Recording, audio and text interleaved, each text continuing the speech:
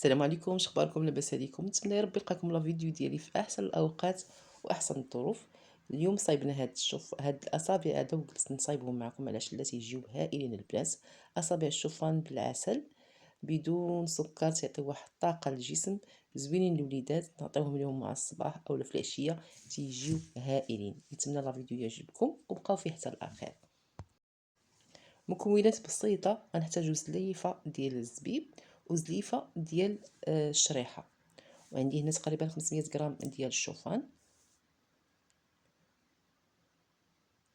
وغادي نحتاجو كذلك المكسرات، اي مكسرات عندكم في الدار، يعني تحتاجوا المكسرات اللي عندكم، مثلا عندكم لوز اولا كاوكاو ولا كاجو ولا اللي عندكم في الدار، يعني اللي عندكم غادي ديروهم في هذه الوصفه هذه. المهم انكم ديروها وما تعكزوش عليها وتعطيوها لوليداتكم اكيد، يعني تتجي زوينه بزاف ومفيده لهم. وإلا ما نفعتهمش ما تضرهمش بطبيعة الحال. غادي نحتاج هنايا اللوز، وعندي هنايا المكسرات ديالي كاملين حمرتهم، وغادي نقطعهم تقريبا، تقطعهم هكا على جوج مثلا وتخليهم هكا على جنب. كما قلت لكم تتجي هائله صحيه، والمذاق ديالها غزال بزاف البنات، تتجي ممتازه. هاد الاصابع هادو تيجيو هائلين وممتازين، والمذاق ديالهم روعه روعه البنات. واكيد كما قلت لكم الا ما نفعوش الوليدات ما غيضروهمش، انهم مصايبين في الدار وعرفتوا شنو غتعطيو لوليداتكم. غادي نحتاج هنايا المكسرات ديالي اللي قطعتهم كاملين، ضفتهم للشوفان، زبيب والشريحة والمكسرات كاملين اللي عندكم بطبيعة الحال محمرين.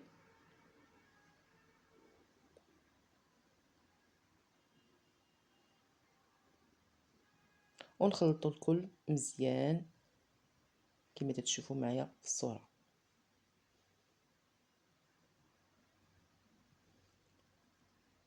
ساهلين وتيتباعوا غاليين في المحلات كما تعرفوا، وعلاش ما تصايبوهمش لوليداتكم وتعطيهم ليهم في الصباح فاش يكونوا غاديين الصباح. كاينين الوليدات ما تيقدروش يفطروا، تعطيهم هاد القطعه هذه راها ممتازه.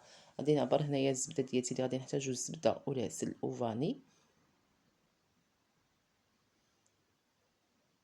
باش نجمعوا هذاك الشوفان ديالنا. غادي نديرو العسل ديالنا بطبيعه الحال، غادي نعبرو الكل كما تتشوفوا معايا، ونضيف ليه الزبده وفاني.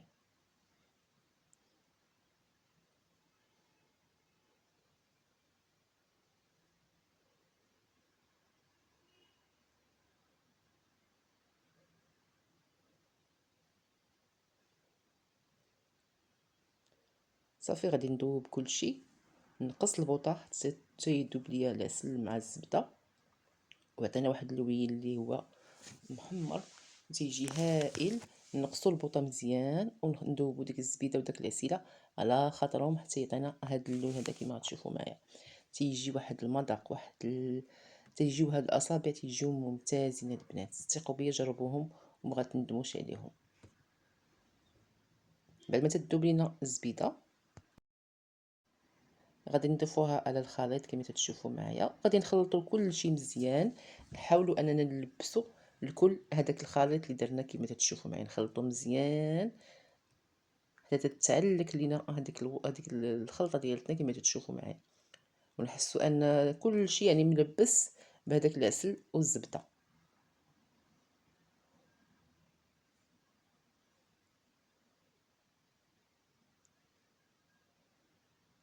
صافي غادي ناخذ واحد الطاوه تنلبس ليها ورق المطبخ كما تشوفوا معايا، وتنكون مشعله الفران ديالي درجه تكون متوسطه باش ندخلوا هاد الاصابع يطيبوا تقريبا واحد 10 ديال الدقائق كافيين. تنشعلوا عليهم من الفوق ومن التحت تيشدوا راسهم ونحسوا بهم انهم تحمروا. صافي تنجبدهم 10 دقائق كافيين فران في درجه متوسطه كما تشوفوا معايا.